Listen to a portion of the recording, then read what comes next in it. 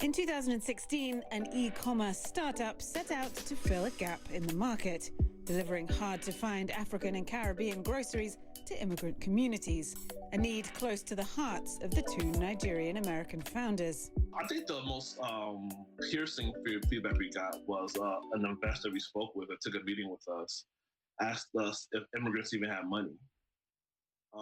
And that was like when that happened. For my purposes, the meeting was over. They didn't believe in the market. It would be another 4 years and around $200,000 of their own money before Boyede Shobitan and Fola Dada were accepted into several accelerator programs and gained some seed funding. They're now planning to expand beyond their hometown of Chicago.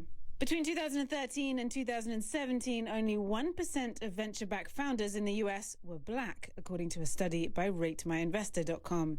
It's a struggle Diana Vertus knows all too well.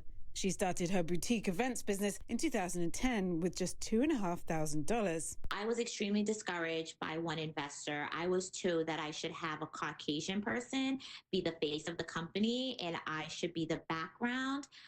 And that was like a way for me to get more funding. From that point on, I did not move forward with asking for funding. Before COVID-19 hit, she had hired a small team and was making 6 figures in annual revenue. In the wake of the nationwide protests that followed the killing of George Floyd, there has been a wave of support for black entrepreneurs. SoftBank has launched a new $100 million opportunity fund intended only for people of color.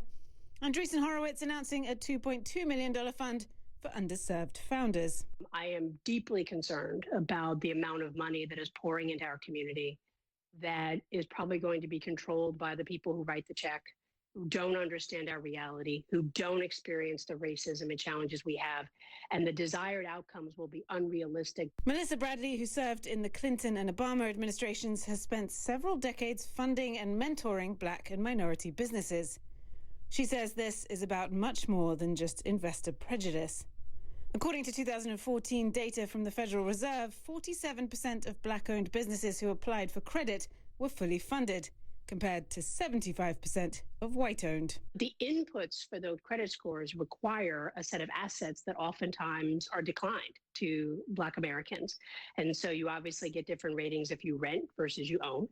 You obviously get different ratings if you have student loan debt versus no student loan debt. And those are inputs that are to no fault of our own, but literally because of lack of access, lack of scholarship, bias in applications. But yet we are penalized for the rest of our lives. No peace! Do you think this might be a moment where things change? I'm optimistic that things will change, but I don't want it to be a one-time marketing campaign with these companies. We're not looking for a handout. We're not looking for charity.